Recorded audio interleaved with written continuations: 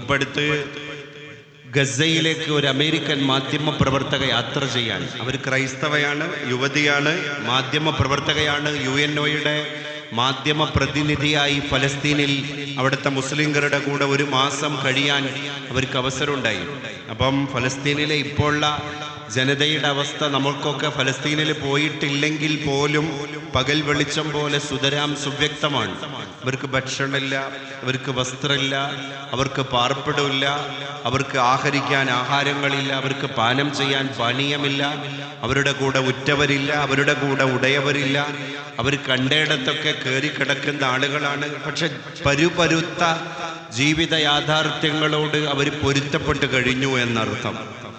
അപ്പൊ ഈ അമേരിക്കൻ മാധ്യമ പ്രവർത്തകയായ ക്രൈസ്തവ വനിത ഗസയിൽ അവരുടെ മാധ്യമ പ്രവർത്തനത്തിന്റെ ഭാഗമായിട്ട് ഒരു മാസം താമസിച്ചപ്പോൾ അവർക്ക് അവരുടെ ജീവിതത്തിൽ കിട്ടിയ ഏറ്റവും വലിയ അസറ്റ് എന്ന് പറയുന്നത്, എങ്ങനെയാണ് ഫലസ്തീനിലെ മുസ്ലിങ്ങൾ ഇത്രയും വലിയ ദുരിത പേമാരിയുടെ പെയ്ത്ത് അവരുടെ തലയ്ക്ക് മുകളിൽ ഇങ്ങനെ വർഷിച്ചു കൊണ്ടിരിക്കുമ്പോഴും ആത്മഹത്യ ചെയ്യാതെ പിടിച്ചു നിൽക്കുന്നതിൻ്റെ കാരണം എന്താണ്?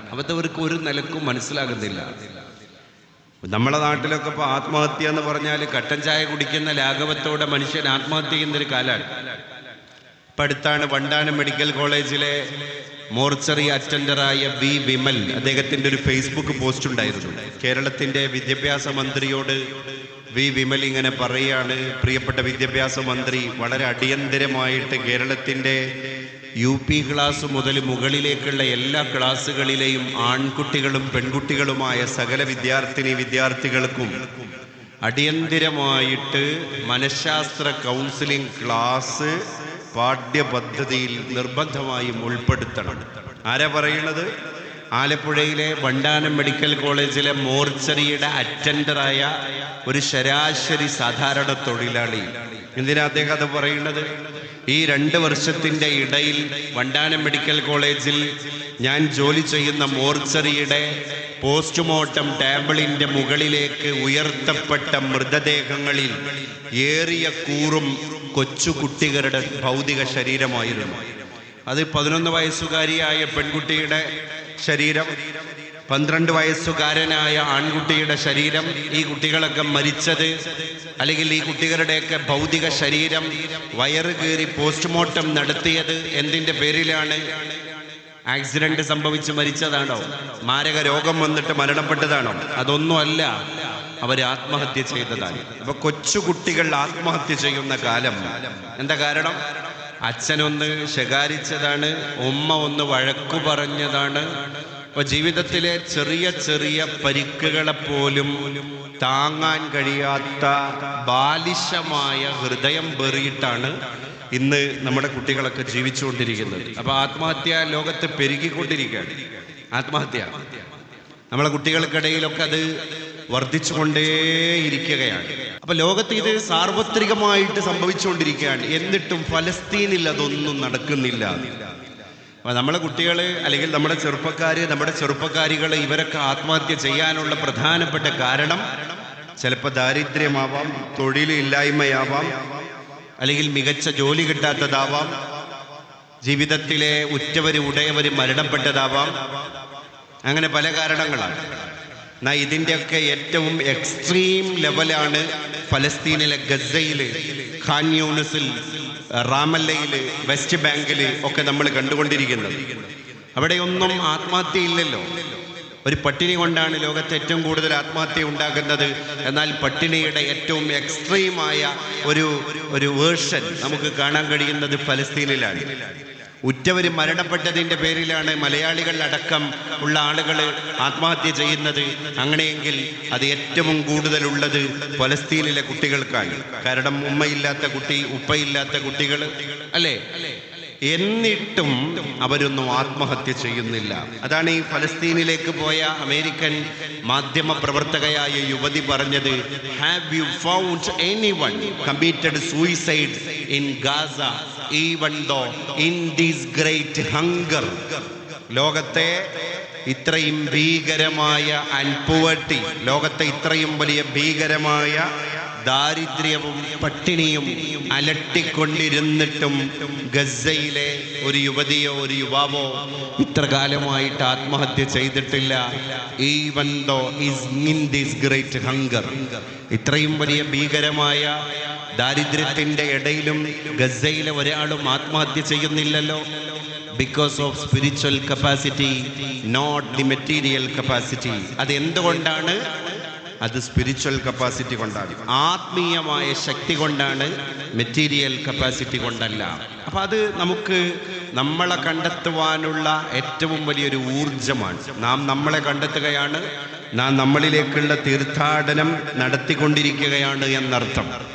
അതുകൊണ്ടാണ് നബി സല്ലല്ലാഹു അലൈഹി വസല്ലം തങ്ങൾ ദുആ ചെയ്യാൻ പറഞ്ഞത് നമ്മളോട്, അല്ലാഹുമ്മ ഹബ്ബിബ് ഇലൈനൽ ഈമാൻ വസയ്യിൻഹു ഫീ ഖുലൂബിനാ വകർരിഹ് ഇലൈനൽ കുഫ്ര വൽ ഫുസൂഖ വൽ ഇസ്യാൻ വജഅൽനാ മിനർ റാഷിദീൻ.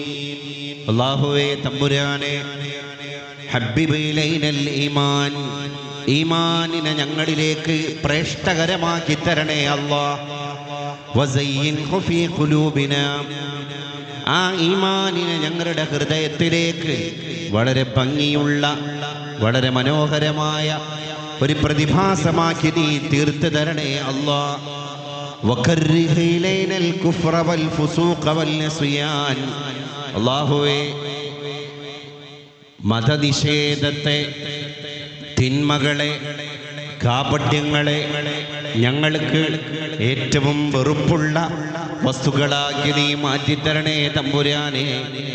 വജഅൽനാ മിനർ റാഷിദീൻ, അങ്ങനെ ഞങ്ങളെ സൽക്കർമ്മകാമികളിൽ, സച്ചരിതരായ പ്രവർത്തനങ്ങളിൽ ഏർപ്പെട്ടുകൊണ്ടിരിക്കുന്ന നിന്റെ അടിമകളിൽ നീ ഞങ്ങളെ ഉൾപ്പെടുത്തി അനുഗ്രഹിക്കണേ തമ്പുരാനെ. ഇപ്പൊ മുസാഫിർ ഉപ്പാപ്പ എന്ന് പറയുന്ന ഒരു വലിയ മനുഷ്യനെ പറ്റി ചരിത്രത്തിന്റെ നാൾവഴികളിലൂടെ നമ്മൾ കണ്ടെത്തുകയാണ്, അന്വേഷിക്കുകയാണ്. ആ ഒരു മനുഷ്യൻ ആധ്യാത്മികമായ ഒരു വലിയ ഒരു നഭോമണ്ഡലത്തിൽ വിരാജിച്ചു കൊണ്ടിരിക്കുന്ന ഒരു ആത്മീയതയുടെ തങ്കത്താരകമാണ്. എങ്ങനെയാണ് ആത്മീയത ഒരു ശക്തിയായി മാറിയത്? Spiritual capacity. ഒരു മനുഷ്യന്റെ ഏറ്റവും വലിയ ശക്തി എന്ന് പറയുന്നത് സ്പിരിച്വൽ കപ്പാസിറ്റിയാണ്, മെറ്റീരിയൽ കപ്പാസിറ്റി അല്ല. ഇന്ന് നമ്മളൊക്കെ കയ്യിലുള്ള സാധനം മെറ്റീരിയലിസമാണ്. മെറ്റീരിയൽ കപ്പാസിറ്റി എന്നൊക്കെ പറയുമ്പോൾ നമ്മളെ വാഹനം, നമ്മുടെ വസ്ത്രം, നമ്മളുമായി ബന്ധപ്പെട്ട ഭൗതിക സൗകര്യങ്ങൾ, നമ്മുടെ അനുഗ്രഹങ്ങൾ, നമ്മൾക്കുമായി ബന്ധപ്പെട്ട സുഖലോലുപ ആഡംബരങ്ങൾ, ഇതൊക്കെ അതിന് മെറ്റീരിയൽ കപ്പാസിറ്റിയാണ്. പക്ഷേ സ്പിരിച്വൽ കപ്പാസിറ്റി എന്ന് പറയുന്നത് അത് ആത്മീയതയിലൂടെ കൈവരിച്ചെടുക്കുന്ന ഒരു പ്രതിഭാസമാണ്. എന്ന് പറഞ്ഞാൽ ലോകത്ത് എന്തുണ്ടായാലും അതിനെ ഉൾക്കൊള്ളാൻ കഴിയുക. ഞാൻ ഈ ലോകത്ത് താൽക്കാലികം പാർക്കാൻ വന്നവനാണ്, അതിഥിയാണ്. അതിഥി എന്നുള്ള വാക്ക് സംസ്കൃതത്തിൽ നിന്ന് വന്നതാണ്. തിഥി എന്ന വാക്കിന്റെ അർത്ഥം എന്താണ്? താമസം, ഒരുപാട് കാലം താമസിക്കുക. അതിഥി, താമസമില്ലാത്തവൻ. അപ്പം മലയാള ഭാഷയിൽ തന്നെ ഒരു പദത്തിൻ്റെ കൂടെ ഇപ്പുറത്ത് ആ കൂടി കഴിഞ്ഞാൽ ആദ്യം ഉണ്ടായ അർത്ഥത്തിൻ്റെ വിപരീത അർത്ഥമാണ്. സത്യത്തിൻ്റെ കൂടെ ആ ചേർക്കുമ്പോൾ അസത്യമായി, ധർമ്മത്തിൻ്റെ കൂടെ ചേർക്കുമ്പോൾ അധർമ്മമായി, ക്രമത്തിൻ്റെ കൂടെ ചേർക്കുമ്പോൾ അക്രമമായി, നീതിയുടെ കൂടെ ചേർക്കുമ്പോൾ അനീതിയായി, തിഥിയുടെ കൂടെ ചേർക്കുമ്പോൾ അതിഥിയായി. അങ്ങനെയാണ് നമ്മളൊക്കെ അതിഥിയായത്. മലപ്പുറത്ത് നിന്ന് വന്ന ഞാൻ മാത്രമല്ല ഇവിടെ അതിഥി. എനിക്ക് 11 മണിക്കുള്ള ട്രെയിനിന് തിരിച്ചു പോകാനുള്ള ആളാണ് എന്ന അർത്ഥത്തിൽ ഇവിടെ നിൽക്കുമ്പോൾ നിങ്ങളുടെയൊക്കെ ഭാഷയിൽ ഞാനൊരു അതിഥിയാണ്. പക്ഷെ നമ്മളെല്ലാവരും ഈ ദുനിയാവിലെ അതിഥിയാണ്, തിഥിയില്ലാത്തവനാണ്. There is no time and I have miles to go before I sleep. ഞാൻ ഉറങ്ങും മുമ്പ് ഒരുപാട് മൈലുകൾ ഓടാനുണ്ട്. ഏതാണ്ട് നമ്മുടെ ഉറക്കം സാക്ഷാൽ ഒടുക്കത്തെ നിദ്ര, അവസാന ശയനം. നമ്മുടെ അവസാന ശയനമാണ് അന്ത്യനിദ്ര എന്നൊക്കെ നമ്മൾ പറയുന്നത്. അപ്പോൾ ആ ശയനത്തിലേക്ക് നമ്മൾ എത്തുന്നതിൻ്റെ മുൻപ് and I have miles to go, ഒരുപാട് മൈലുകൾ എനിക്ക് താണ്ടാനുണ്ട്. ആ മൈലുകൾ താണ്ടാനും മറ്റുള്ളവരെ കാണാനും ഉൾക്കൊള്ളാനും എല്ലാവരോടും ഒരേ പ്രകൃതത്തിൽ പെരുമാറാനും ഒക്കെ നമുക്ക് ശക്തി പകരുന്ന ഒരു പ്രതിഭാസത്തെ പറ്റിയാണ് ഞാൻ നേരത്തെ പറഞ്ഞത്. മുസാഫിർ ഉപ്പാപ്പയൊക്കെ ഉണ്ടാക്കിയെടുത്ത ആ ഒരു കപ്പാസിറ്റി, അതാണ് മെറ്റീരിയൽ കപ്പാസിറ്റി അല്ല, അത് സ്പിരിച്വൽ കപ്പാസിറ്റിയാണ്, ആത്മീയമായ ശക്തി. ഇന്ന് ഒരു മനുഷ്യൻ ഏറ്റവും കൂടുതൽ ദാഹപരവശനായി കൊണ്ടിരിക്കുന്നത് ആത്മീയതയ്ക്ക് വേണ്ടിയാണ്. അതെവിടെയാ കിട്ടുക അല്ലേ? ഒരു തീർത്ഥാടകനെ പോലെ ഇംഗ്ലീഷുകാർ അലഞ്ഞു തിരിയുന്നത് നമ്മൾ കണ്ടിട്ടില്ലേ? മലയാളികൾ അലഞ്ഞു തിരിയുന്നത് നമ്മൾ കണ്ടിട്ടില്ലേ? എന്തിനാണ്? ഒരിറ്റു സമാധാനത്തിന്, ഒരിറ്റു ശാന്തിക്ക്, ഒരു തുള്ളി സ്നേഹത്തിന് മനുഷ്യൻ ഒരു പാന്തനെ പോലെ, ഒരു പഥികനെ പോലെ ഉഴറിഗമിച്ചു കൊണ്ടിരിക്കുകയാണ്. അവൻ ലോകത്തിങ്ങനെ ചക്രശ്വാസം വലിച്ച് നടന്നുകൊണ്ടിരിക്കുകയാണ്. അപ്പൊ ഈ ലോകത്ത് മനുഷ്യന് ആത്മീയത ഇല്ലെങ്കിൽ അവൻ ഒരു തരം സഫോക്കേഷൻ, ഒരു ശ്വാസം തിങ്ങൽ അനുഭവപ്പെടും. ശ്വാസം തിങ്ങുക എന്ന് പറഞ്ഞാൽ ഇപ്പൊ നമ്മളൊരു ലിഫ്റ്റിൽ കയറുകയാണ്. ആ ലിഫ്റ്റിനകത്ത് നമ്മളിങ്ങനെ മുകളിലെ നിലയിലേക്ക് കയറിക്കൊണ്ടിരിക്കുന്നതിൻ്റെ ഇടയിൽ പെട്ടെന്ന് വൈദ്യുത ബന്ധം വിച്ഛേദിക്കപ്പെട്ട് അതിനകത്തുള്ള ലൈറ്റ് ഓഫായി, അതിനകത്ത് കറങ്ങിക്കൊണ്ടിരുന്ന ഫാൻ ഓഫായി, ലിഫ്റ്റ് തന്നെ 2 നിലകൾക്കും ഇടയിൽ പൂർണ്ണാർത്ഥത്തിൽ സ്തംഭിച്ചു. മുഴുവൻ ഒരു അന്ധകാരം വകഞ്ഞു നമ്മൾ ആവരണം ചെയ്തിരിക്കുകയാണ്. അപ്പൊ നമുക്കുണ്ടാകുന്ന ഒരു സഫോക്കേഷൻ, ആ ശ്വാസം തിങ്ങലിന് എന്തൊക്കെ അർത്ഥമുണ്ട് അല്ലേ? എന്താ ഇവിടെ സംഭവിക്കാൻ പോവുക?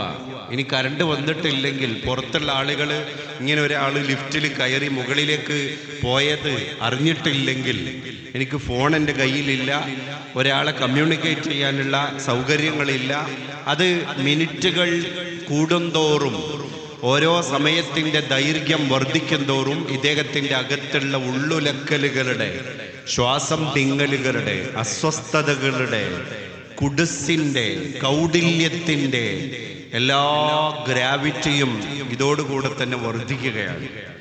മനുഷ്യനങ്ങനെയാണ്, ചെന്ന് പെടുന്നിടത്തൊക്കെ ബലഹീനനാണ്. മനുഷ്യൻ ബലഹീനനാണ്. എത്ര സാങ്കേതിക വിദ്യകൾ നമ്മുടെ കയ്യിലുണ്ടെങ്കിലും മനുഷ്യൻ ബലഹീനനാണ്, ബലം ഹീനമായവൻ. അപ്പൊ ബലം കിട്ടിയവൻ ആരാണ്? ബലം തിരിച്ചു കിട്ടിയവൻ ആരാണ്? ലോകത്തെ ഏറ്റവും വലിയ ശക്തിയുള്ള മനുഷ്യൻ ഹൃദയശക്തിയുള്ളവനാണ്. കായികക്ഷമത കൊണ്ട് വലിയ ശക്തി നേടിയ ആളല്ല.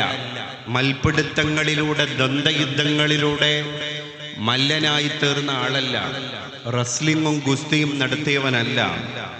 ലോകത്തെ ഏറ്റവും വലിയ ശക്തൻ ഹൃദയത്തെ കൈകാര്യം ചെയ്യാൻ കഴിയുന്നവനാണ്. അതുകൊണ്ടാണ് ഇസ്ലാം എപ്പോഴും നമ്മുടെ സ്പിരിച്വൽ പവറിലേക്ക് നോക്കുന്നത്. ബെന്യാമീൻ്റെ ആടുജീവിതം വായിച്ചൊരു മനുഷ്യനെ പറ്റി മലയാളത്തിൻ്റെ നോവലിസ്റ്റായ കഥാകൃത്തായ ബെന്യാമീൻ പറഞ്ഞ ഒരു അനുഭവം അദ്ദേഹത്തിൻ്റെ പ്രസംഗത്തിൽ കേൾക്കാനിടയായി. അദ്ദേഹം പറഞ്ഞത്, എൻ്റെ ആടുജീവിതം എന്ന് പറയുന്ന നോവല് തെക്കൻ ജില്ലക്കാരനായ നജീബ് എന്ന് പറയുന്ന ഒരു മനുഷ്യൻ അറേബ്യൻ മണലാരണ്യത്തിൽ ജീവിച്ചു തീർത്ത അദ്ദേഹത്തിൻ്റെ പരുപരുത്ത ജീവിതമാണ്. അർബാബിൻ്റെ മസ്രയിൽ പോകുന്നുണ്ട്, അവിടെ ആടിനെ നോക്കാൻ ഏൽപ്പിക്കപ്പെടുന്നുണ്ട്. ആട് ജീവിതം നയിച്ചിട്ട് നജീബും ഒരു ആടിനെ പോലെ ആയി മാറുന്നുണ്ട്. അത് വായിച്ച മലയാളിക്കൊക്കെ ആ സത്യം ബോധ്യപ്പെടും. അപ്പം ബെന്യാമീൻ, ഇതിൻ്റെ ഓദർ ബെന്യാമീൻ തന്നെ പറയാണ്, ഞാൻ എൻ്റെ ആടുജീവിതം എന്ന് പറയുന്ന നോവൽ എഴുതിയതിൻ്റെ പുറത്ത് എനിക്കുണ്ടായ ആഹ്ലാദം, ആ നോവലിന് കേന്ദ്ര സാഹിത്യ അക്കാദമി അവാർഡ് കിട്ടി എന്നുള്ളതോ അല്ലെങ്കിൽ മറ്റുള്ള പുരസ്കാരങ്ങൾ അതിനെ തേടി വന്നതോ എന്നതല്ല. അതിനേക്കാൾ ഉപരി എനിക്കുണ്ടായ സന്തോഷം അതൊരു മലയാളിയായ മനുഷ്യൻ്റെ ജീവിത സത്യമാണ്. അതെന്താണ് എന്ന് എല്ലാവർക്കും അറിയാനൊരു ആകാംക്ഷ. അപ്പം അദ്ദേഹം തന്നെ പറയാണ്, എൻ്റെ ആടുജീവിതം ഒരു മനുഷ്യന് പുതിയ ജീവിതം കൊടുത്തു എന്ന സത്യം. അതെന്താണ്? ഒരു മലയാളി ചെറുപ്പക്കാരൻ, അദ്ദേഹം കുടുംബത്തിൻ്റെ കൂടെ അങ്ങനെ ജീവിക്കുന്നതിൻ്റെ ഇടയിൽ സാമ്പത്തികമായ വലിയൊരു പരാധീനത വരുന്നു, കടക്കണിയിലാകുന്നു, ബാങ്ക്രപ്റ്റ് വരുന്നു. അങ്ങനെ അയാൾ മാനസികമായിട്ട് അപ്സെറ്റ് ആകുന്നു, മൈൻഡ് ഔട്ടാകുന്നു, മാനസികമായിട്ട് തകർന്നടിയാണ്. അങ്ങനെ അയാൾ ഭാര്യനോടും മക്കളോടൊന്നും പറയാതെ ആത്മഹത്യ ചെയ്യാൻ തീരുമാനിക്കാൻ. നമ്മൾ ഫലസ്തീൻ്റെ കഥ പറഞ്ഞു. ഇത്രയും ദുരിതങ്ങൾ ഉണ്ടായിട്ട് ഫലസ്തീനിൽ ഒരു കുട്ടി പോലും ആത്മഹത്യ ചെയ്തിട്ടില്ല എന്ന കാര്യം പറഞ്ഞെടുത്ത് നമ്മൾ ഒരു ചെറിയ പ്രശ്നം ഉണ്ടാകുമ്പോഴേക്ക് ആത്മഹത്യയെ പറ്റി ചിന്തിക്കാൻ. അതിൻ്റെ ഒരു ഭാഗം കൂടിയായിരുന്നു ഈ മലയാളിയായ ചെറുപ്പക്കാരൻ. അങ്ങനെ അദ്ദേഹം ആത്മഹത്യ ചെയ്യാൻ തീരുമാനിച്ചു ഉറപ്പിച്ചതിൻ്റെ അടിസ്ഥാനത്തിൽ ഭാര്യയോടും മക്കളോടും പറയാതെ അങ്ങാടിയിൽ പോയിട്ട് അദ്ദേഹത്തിന് ആത്മാഹുതി നടത്താൻ ആവശ്യമായ വിഷപദാർത്ഥങ്ങൾ ഒരു പൊതിയിൽ അടക്കം ചെയ്ത് അദ്ദേഹത്തിൻ്റെ വീട്ടിലെ അലമാരിയിൽ അദ്ദേഹം ഭദ്രമായി പൂട്ടിവെച്ചു. എന്നിട്ട് അദ്ദേഹം ഇങ്ങനെ മനസ്സിൽ കരുതി, നാളെ പ്രഭാതം പൊട്ടിവിടർന്നു കഴിഞ്ഞാൽ അവ്വല് സുബഹിക്ക് ഞാൻ വെറും വയറ്റിൽ ഈ വിഷപദാർത്ഥങ്ങൾ അകത്താക്കിയിട്ട് ഈ ലോകത്തോട് വിട പറയും, എനിക്ക് ജീവിതം മടുത്തു എന്ന് ശപഥം ചെയ്തിരിക്കുകയാണ് അയാൾ. അങ്ങനെ അന്ന് രാത്രി അദ്ദേഹം ഭാര്യയുടെയും മക്കളുടെയും കൂടെ ഉറങ്ങാൻ പോയില്ല. കാരണം നേരം വെളുത്താല് ആത്മഹത്യ ചെയ്യാൻ തീരുമാനിച്ചല്ലേ, ഇനി അവരുടെ കൂടെ പോയി കിടന്നിട്ട് കാര്യമില്ലല്ലോ. അങ്ങനെ അദ്ദേഹം അതേ വീട്ടിന്റെ മറ്റൊരു ശൂന്യമായ മുറിയിൽ പോയിട്ട് കിടക്കുകയാണ്. നേരം വെളുപ്പിക്കണമല്ലോ, നേരം വെളുത്തിട്ടാണല്ലോ ആത്മഹത്യ ചെയ്യാൻ തീരുമാനിച്ചത്. അതിന്റെ അടിസ്ഥാനത്തിൽ അവിടെ പോയി ഇങ്ങനെ ഇരുന്നപ്പോൾ ആ റൂമിന്റെ മേശപ്പുറത്ത് അദ്ദേഹം ഒരു പുസ്തകം കണ്ടു. അതാണ് ഈ പറഞ്ഞ ഈ ബെന്യാമിന്റെ ആടുജീവിതം എന്ന് പറയുന്ന നോവൽ. അദ്ദേഹം ഒരു 15 മിനിറ്റ് ഒന്ന് വായിക്കാന്ന് വിചാരിച്ചു തുടങ്ങിയതാണ്. പക്ഷേ ആ വായന അദ്ദേഹത്തെ അത് പൂർത്തീകരിക്കാൻ, ഒറ്റ ഇരിപ്പിൽ അത് പൂർത്തിയാക്കാൻ പ്രേരിപ്പിച്ചു. അങ്ങനെ അദ്ദേഹം ആ ഇരുന്ന ഇരിപ്പിൽ ബെന്യാമിന്റെ ആടുജീവിതം വായിച്ചു തീർത്തപ്പോൾ അതിൻ്റെ ഒരു ആന്തോളനം അദ്ദേഹത്തിൻ്റെ മനോമുകുരങ്ങളിലേക്ക് ഇങ്ങനെ ആളിപ്പടർന്നു. ഇതൊരു മനുഷ്യന്റെ ജീവിതമാണല്ലോ പടച്ചോനെ, ഇത് കള്ളക്കഥയല്ലല്ലോ, ഇത് വ്യാജ നിർമ്മിതിയല്ലല്ലോ. എങ്കിൽ ഞാനും നജീബിനെ പോലെ ഒരു മനുഷ്യനല്ലേ? നജീബ് അറേബ്യൻ മണലാരണ്യത്തിൽ ജീവിച്ച് തീർത്ത ജീവിതത്തിന്റെ സാഹസങ്ങളുടെ 1/4 പോലും വരില്ലല്ലോ എൻ്റേത്. പിന്നെ എന്തിനാണ് നജീബ് ആത്മഹത്യ ചെയ്തില്ലല്ലോ, എന്തിനാ ഞാൻ ആത്മഹത്യ ചെയ്യാൻ തീരുമാനിക്കുന്നത്? അങ്ങനെ ആ വായന പൂർത്തീകരിച്ച് അദ്ദേഹം ചെയ്ത ആദ്യത്തെ പ്രവൃത്തി എന്താണ്? അദ്ദേഹം നാളെ രാവിലെ ആത്മഹത്യ ചെയ്യാൻ ഉപയോഗിക്കണം എന്ന് തീരുമാനിച്ച് അലമാരിയിൽ പൂട്ടിവെച്ച ഈ പാക്കറ്റ് വിഷപദാർത്ഥം എടുത്തിട്ട് ആരും അറിയാതെ വെളിയിലേക്ക് പോയി അത് കുപ്പത്തൊട്ടിയിലേക്ക് യാതൊരു ലാഞ്ചനയുമില്ലാതെ വലിച്ചെറിയാൻ. എന്നിട്ട് അദ്ദേഹം പിന്നെ തിരിച്ചു വരുന്നുണ്ട്. ബെന്യാമീൻ അതിനെപ്പറ്റി പറയുന്നത് അദ്ദേഹത്തിൻ്റെ വീട്ടിലേക്ക് എന്നല്ല, ജീവിതത്തിലേക്ക് എന്നാണ്. അത് യാഥാർത്ഥ്യം കൂടിയാണ്. അങ്ങനെ ഭാര്യയും മക്കളും കിടക്കുന്ന മുറിയിൽ പോയി അവരെ കെട്ടിപ്പിടിച്ച് വാരി പുണർന്നിട്ട് അദ്ദേഹം അങ്ങനെ രണ്ടാമതൊരു ജീവിതം ജീവിക്കുകയുണ്ട്. രണ്ടാമത് ജീവിതം എന്ന് പറയാം, കാരണം ജീവിതം അവസാനിപ്പിക്കാൻ തീരുമാനിച്ചൊരു മനുഷ്യനാണ് അദ്ദേഹം.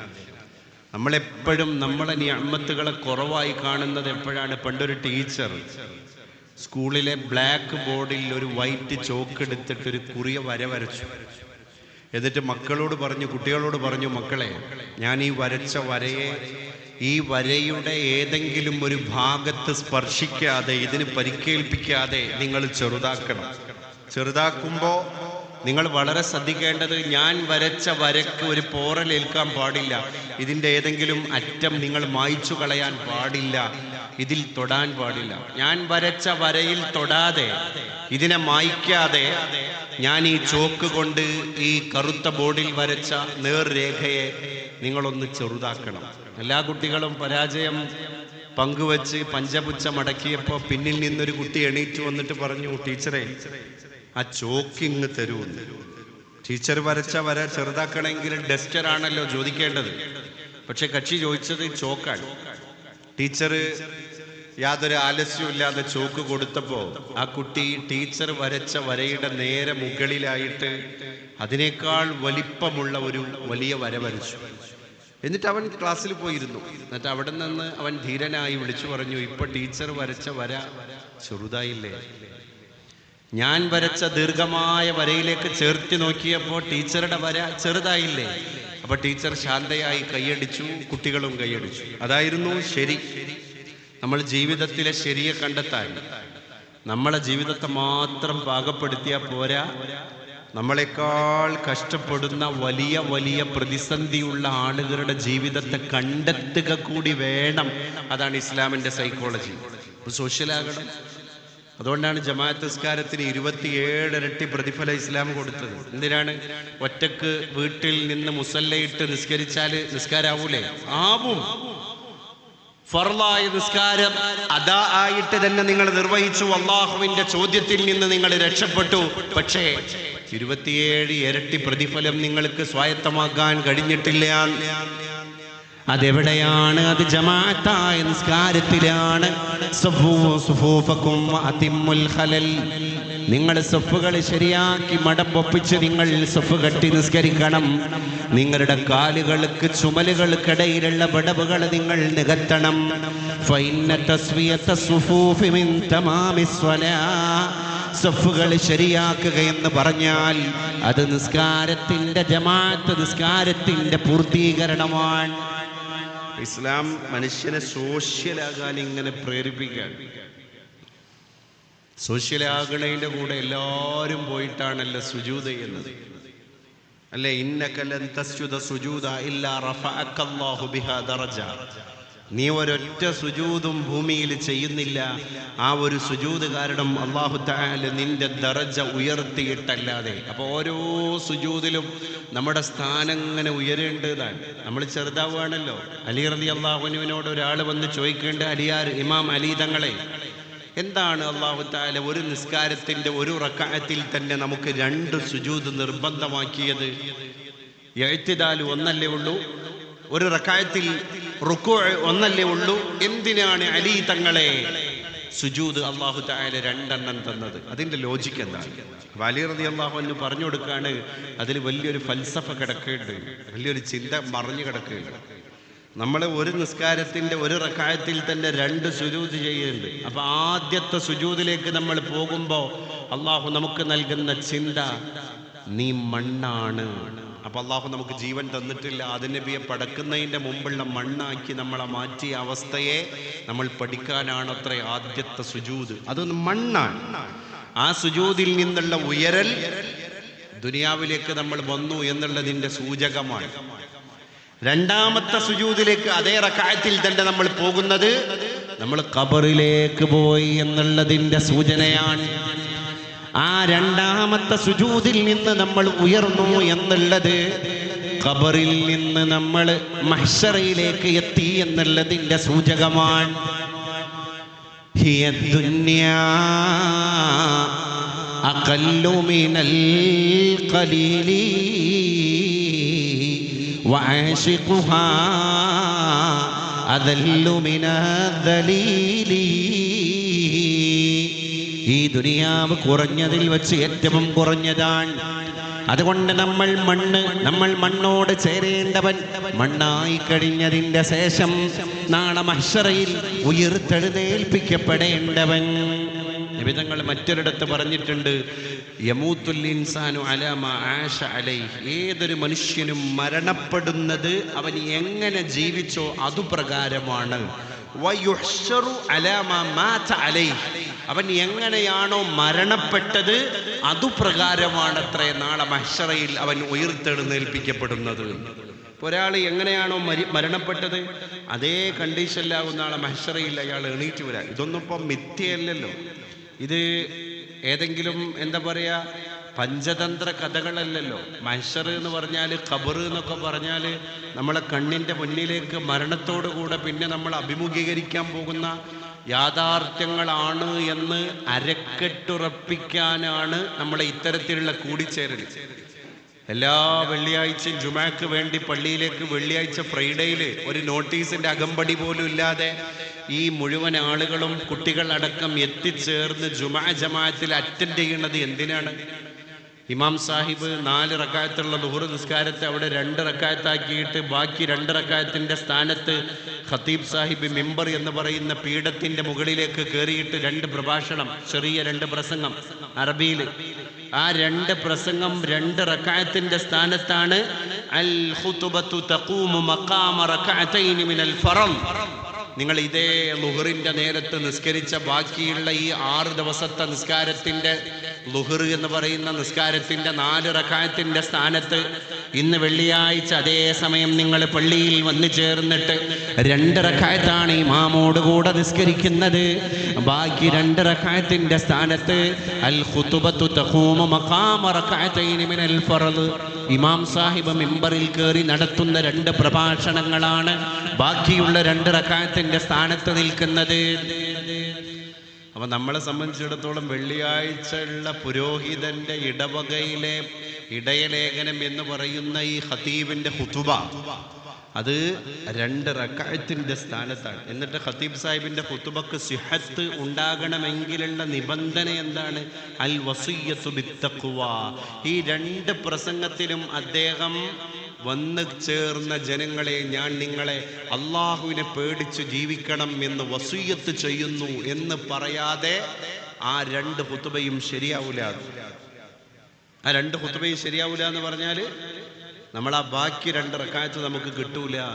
അപ്പൊ അതിന്റെ അർത്ഥം എന്താണ്? ഈ ജനങ്ങളെ മുഴുവൻ വിളിച്ചു കൂട്ടിയിട്ട് ഇത്തഖുല്ലാഹ ഹഖ്ക തുഖാത്തി, അല്ലെങ്കിൽ ഊസീകും ഇബാദല്ലാഹ് വ ഇയ്യായ ബിത്തഖ്വല്ലാഹ്, നിങ്ങൾ ഈ തന്ന കൽബ് കൊണ്ട് മുകളിൽ ഒരാൾ ഉണ്ട് എന്ന പേടിയോടുകൂടെ തന്നെ കുടുംബം പുലർത്തണം. മുകളിൽ ഒരാളുണ്ട് എന്ന പേടിയോടുകൂടെ തന്നെ സോഷ്യൽ മീഡിയ യൂസ് ചെയ്യണം. മുകളിൽ ഒരാളുണ്ട് എന്ന് പേടിയോടുകൂടെ തന്നെ ഒരാളോട് ഒരു വാക്കുച്ചരിക്കണം, ഒരു പ്രവൃത്തി നടത്തണം. അതിനാണ് തഖ്വ എന്ന് പറയുന്നത്. അല്ലാഹു എന്നെ കാണുന്നു, ഞാൻ അവനെ പേടിച്ചിട്ട് സൂക്ഷ്മമായി ജീവിക്കണം. നമുക്ക് ഓരോ രീതിയിലും ഹേർട്ടിംഗ് ആയ വാക്കുച്ചരിക്കാൻ കഴിയൂല. നമ്മൾ അന്യായം ചെയ്യൂല, അന്യായം പ്രവർത്തിക്കൂല, അന്യായം പറയൂല. അതാണ് മുത്തഖി. മുത്തഖി എന്ന് പറയുന്ന മനുഷ്യൻ, ആ മനുഷ്യരാണ് മുത്തഖി എന്ന് പറയാ. ബനീ ഇസ്രായേലിൽ ഒരു മനുഷ്യൻ ഉണ്ടായിരുന്നു. അദ്ദേഹം രാത്രിയായി കഴിഞ്ഞാൽ ജോലിയിൽ നിന്നൊക്കെ റിട്ടയർമെന്റിന് ശേഷം അദ്ദേഹം അത്യാവശ്യമൊക്കെ സമ്പത്തുണ്ടാക്കി റിട്ടയറായി. റിട്ടയർമെന്റിന് ശേഷം അദ്ദേഹം ചെയ്ത പണി എന്താ? ഒരുപാട് ദീനാറുകൾ, കെട്ടുകണക്കിന് ദീനാറുകൾ സേവിങ് ബാലൻസ് ആയിട്ട് അദ്ദേഹത്തിന് ഉണ്ടായിരുന്നു. അന്ന് പിന്നെ ഇൻവെസ്റ്റ് ചെയ്യാൻ വലിയ ബിസിനസ് വെഞ്ചേഴ്സോ അല്ലെങ്കിൽ ബാങ്ക് പദ്ധതികളോ അക്കൗണ്ടുകളോ ലോക്കറുകളോ ഒന്നും ഇല്ലല്ലോ. അപ്പൊ സ്വന്തം വീട്ടിലെ സുന്തൂക്കിൽ തന്നെയാണ് അതൊക്കെ എടുത്തു വെക്കുക. അങ്ങനെ അദ്ദേഹത്തിന്റെ വീട്ടിലെ ഒരു ഭദ്രമായ ഇരുമ്പ് പെട്ടിയിൽ ഇദ്ദേഹത്തിന്റെ ഈ കഴിഞ്ഞ ഗതകാലത്തെ ജോലിയിൽ, ഉദ്യോഗ പദവിയിൽ ഇരുന്നപ്പോൾ അദ്ദേഹം നേടിയെടുത്ത സാലറികളൊക്കെ തന്നെ ഈട്ടിക്കൂട്ടി കെട്ടുകളാക്കിയിട്ട് അദ്ദേഹം അങ്ങനെ എടുത്തു വെച്ചു. ദൈനംദിന ചെലവിന് അദ്ദേഹം ഉപയോഗിക്കുന്നു, ബാക്കിയുള്ളത് അവിടെ ഉണ്ട്. ഇദ്ദേഹം എന്താ ചെയ്യുന്നത്? രാത്രി എല്ലാ ദിവസവും രാത്രി പാതിരാത്രിയിൽ ഒരു വേശ്യാലയ നടത്തിപ്പുകാരിയായ സ്ത്രീയുടെ അടുക്കലേക്ക് പോകുന്നത് ജനങ്ങൾ കാണുന്നുണ്ട്. അത് കഴിഞ്ഞാൽ നേരം പുലരുന്നതിൻ്റെ മുൻപ് പിന്നെ പോകുന്നത് ആ നാട്ടിലെ ഏറ്റവും കുപ്രസിദ്ധിയുള്ള, പ്രസിദ്ധി 2 തരം ഉണ്ടല്ലോ, സുപ്രസിദ്ധിയുണ്ട്, കുപ്രസിദ്ധിയുണ്ട്. കുപ്രസിദ്ധി എന്ന് പറഞ്ഞാൽ വളരെ തിന്മയുടെ വിഷയത്തിലുള്ള തിന്മയുടെ വിഷയത്തിലുള്ള നന്മയുമായി ബന്ധമില്ലാത്ത പ്രസിദ്ധിയാണ്. കുപ്രസിദ്ധ വനം കൊള്ളക്കാരൻ വീരപ്പൻ എന്ന പത്രങ്ങൾ എഴുതാറുള്ളത്. സുപ്രസിദ്ധ വനം കൊള്ളക്കാരൻ എന്ന് എഴുതിയാൽ അത് ഭാഷാപരമായിട്ട് ചെയ്യുന്ന വലിയ അനീതിയാണ്. അപ്പോൾ ഒരു കുപ്രസിദ്ധിയുള്ള മദ്യവിൽപ്പനക്കാരുണ്ടായിരുന്നു, ചാരായ വിൽപ്പനക്കാരൻ. ഈ വേശ്യ സ്ത്രീയുടെ അടുക്കൽ നിന്ന് പിന്നെ ഇദ്ദേഹം പോകുന്നത് ഈ മദ്യഷാപ്പിന്റെ ഉടമയുടെ വീട്ടിലേക്കാണ്. ഇത് 2 ജനങ്ങൾ കാണുന്നുണ്ട്. അങ്ങനെ ഈ മനുഷ്യൻ മരണപ്പെട്ടു പോയപ്പോൾ ഇദ്ദേഹത്തിന്റെ ശേഷക്രിയകൾ ചെയ്യാൻ പോലും നാട്ടിൽ നിന്ന് ഒരാളും ആ വീട്ടിലേക്ക് എത്തിയില്ല. കാരണം അദ്ദേഹം തെമ്മാടിയാണ്.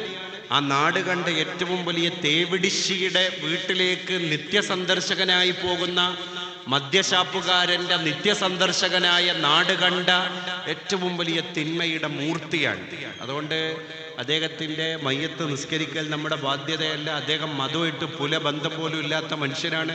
ഖലീഫ ഹാറൂൺ റഷീദിന്റെ കാലത്തായി ഇൻസിഡന്റ് ഉണ്ടാകുന്നത്. അങ്ങനെ പിന്നെ അത് ഗവൺമെന്റിന്റെ ഉത്തരവാദിത്തമല്ലേ? മയ്യത്ത് നിസ്കരിക്കലും മയ്യത്തിനെ ബറിയൽ പ്രോസസ്സ് നടത്തലൊക്കെ, അതിന്റെ സംസ്കരണ പ്രക്രിയ നടത്തലൊക്കെ ഗവർണറുടെ ഉത്തരവാദിത്തമല്ലേ? അങ്ങനെ ഖലീഫ ഹാറൂൺ റഷീദ് വരുന്നുണ്ട്, അദ്ദേഹത്തിന്റെ ഉദ്യോഗസ്ഥർ വരുന്നുണ്ട്. അപ്പോഴാണ് ഇദ്ദേഹത്തിന്റെ ഭാര്യ കരഞ്ഞിട്ട് പറയുന്നത്, നാട്ടുകാർ ഒരു മനുഷ്യനും എൻ്റെ ഭർത്താവിൻ്റെ മൃതദേഹത്തിലേക്ക് തിരിഞ്ഞു നോക്കിയിട്ടില്ല. കാരണം അവരെൻ്റെ ഭർത്താവിൻ്റെ പ്രത്യക്ഷ ജീവിതമാണ് കണ്ടത്. അദ്ദേഹത്തിൻ്റെ കൽബ് വായിക്കാൻ അവർക്കാർക്കും കഴിഞ്ഞിട്ടില്ല. പക്ഷെ എനിക്കതറിയാം, നല്ല നീയത്തുള്ള അള്ളാഹുവിനെ പേടിയുള്ള മനുഷ്യനാണ്. എൻ്റെ അടുക്കൽ അദ്ദേഹം പറയും, പെണ്ണെ, ഞാൻ ഈ ഈട്ടിക്കൂട്ടി വച്ചിരിക്കുന്ന എൻ്റെ സമ്പാദ്യം മുഴുവൻ നന്മക്ക് വേണ്ടിയാണ്, സ്വതക്കക്ക് വേണ്ടിയാണ്. അങ്ങനെ അദ്ദേഹം ഒരു കെട്ട് പൈസ എടുത്തിട്ട് അന്ന് രാത്രി ഇറങ്ങും. ആ വേശ്യ സ്ത്രീയുടെ അടുക്കൽ പോയിട്ട് ആ വേശ്യ നടത്തിപ്പുകാരിയായ സ്ത്രീയോട് പറയും, പെങ്ങളെ, നീ അപര പുരുഷനെ, അന്യനെ പ്രതീക്ഷിച്ച് നേരം വെളുക്കുവോളം കാത്തിരിക്കുന്നത് നിന്റെ സുഖഭോഗം കണ്ടെത്താനല്ല, നിന്റെ ജീവിതത്തിന്റെ നിത്യവൃത്തിക്ക് പണം ഉണ്ടാക്കാൻ വേണ്ടിയാണ്. അതുകൊണ്ട് പരപുരുഷനെ നീ പ്രാപിക്കുന്നതിലൂടെ നീ പ്രതീക്ഷിക്കുന്ന പണം എത്രയാണ്? അപ്പൊ ഇന്നത്തെ രാത്രി 1500 രൂപ എൻ്റെ ലക്ഷ്യമാണ്. ആ ടാർഗറ്റ് അച്ചീവ് ചെയ്താൽ ഞാൻ എൻ്റെ വീടിൻ്റെ വാതിലടക്കും.